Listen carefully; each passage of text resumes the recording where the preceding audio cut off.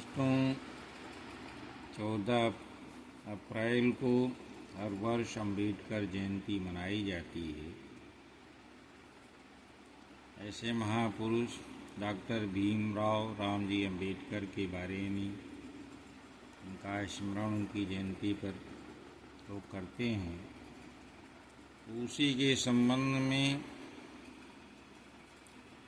आपको डॉक्टर भीमराव अम्बेडकर जी के जन्म, उनकी कृतियाँ, उनका योगदान जो रहा है, उसी के बारे में आप लोगों के समक्ष बातें रख रहा हूँ। डॉक्टर भीमराव जी अम्बेडकर जी का अपने अनुयायियों के लिए संदेश क्या था? दोस्तों, उन्होंने कहा, शिक्षित बनो, संगठित बनो और संघर्ष करो। डॉक्टर भीमराव रामजी अम्बेडकर को दलितों का मसीहा कहा, समाज सेवी एवं विधिवेत्ता के रूप में जाना जाता है। उनका जन्म 14 अप्रैल 1891 को महू, इंदौर, मध्य प्रदेश में हुआ था। उनके पिताजी का नाम रामजी मालोजी शकपाल और माता का नाम भीमाबाई था। डॉक्टर अम्बेडकर भारतीय संविधान की प्रारूप समिति ड्राफ्टिंग कमेटी के अध्यक्ष थे। वह स्वतंत्र भारत के प्रथम विधि एवं न्याय मंत्री थे। भारत रत्न से विभूषित डॉक्टर अम्बेडकर को बाबा साहेब के नाम से भी याद किया जाता है। भीमराव अम्बेडकर जी अपने भाइयों में सबसे छोटे थे। बचपन में इनकी माँ इन्हें प्यार से भीमा कहकर पुकारती थी। इनके पिता अंग्रेजी सेना में सूबेदार थे। 1907 में मैट्रिक परीक्षा उत्तीर्ण करने के बाद उन्होंने एल्फिंस्टन कॉलेज से इंटर की पढ़ाई पूरी की। 17 वर्ष की आयु में ही इनका विवाह रमाबाई से कर दिया गया।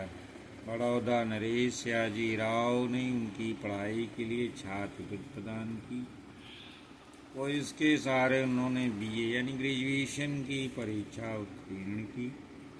न्यूयॉर्क विश्वविद्यालय से उन्होंने MA की डिग्री प्राप्त की, मास्टर ऑफ आर्ट। इसके बाद सन 1920 में लंदन जाकर के वकालत की पढ़ाई पूरी करने के बाद भारत बैरिस्टर बन के लौटे।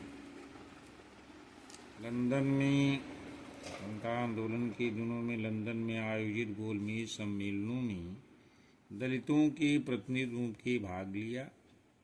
महात्मा गांधी के साथ दलितों के उत्थान के लिए ऐतिहासिक पूना पैक्ट 1932 में हुआ था, इस पर हस्ताक्षर किया।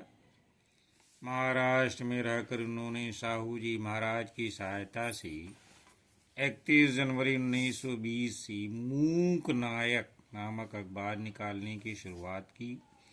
इस अखबार का मुख्य उद्देश्य भारतीय समाज में व्याप्त जाति प्रथा को समाप्त करना और अस्पृश्यता का निवारण करना था। डॉक्टर भीमराव रामजी अम्बेडकर आजीवन विभिन्न प्रकार के सामाजिक कार्यों से जुड़े रहे। सन 1936 ईस्वी में डॉक्टर अम्बेडकर ने इंडिपेंडेंट लेबर पार्टी की नाम से एक राजनीतिक दल पॉलिटिकल पार्टी का गठन किया। 1937 यानी 1937 में हुए प्रांतीय चुनाव में डॉक्टर अम्बेडकर उनके कई साथी भारी बहुमत से विजयी हुए, जबकि इस चुनाव में इंडियन नेशनल कांग्रेस, मुस्लिम लीग और हिंदू महासभा जैसे राजनीतिक दलों ने भाग लिया था। सन 1952 यानी संविधान निर्माण के बाद विधानसभा के चुनाव हुए, लोकसभा के तो डॉक्टर अंबेडकर लोकसभा के उम्मीदवार थे, लेकिन चुनाव हार गए। उनको मार्च में सन 1952 में राज्यसभा के लिए चुन लिया गया और ये भारत सरकार की कानून मंत्री लॉ मिनिस्टर बनी। उनकी प्रमुख रचनाएं हैं the Buddha and his gospel, thoughts on Pakistan, revolutions and counter revolution in India, ये इनकी रचनाएं हैं। 14 अक्टूबर 1956 ईस्वी को डॉक्टर अंबेडकर ने अपने 3 लाख समर्थकों के साथ यानी बौद्ध धर्म को ग्रहण कर लिया। 6 दिसंबर 1956 को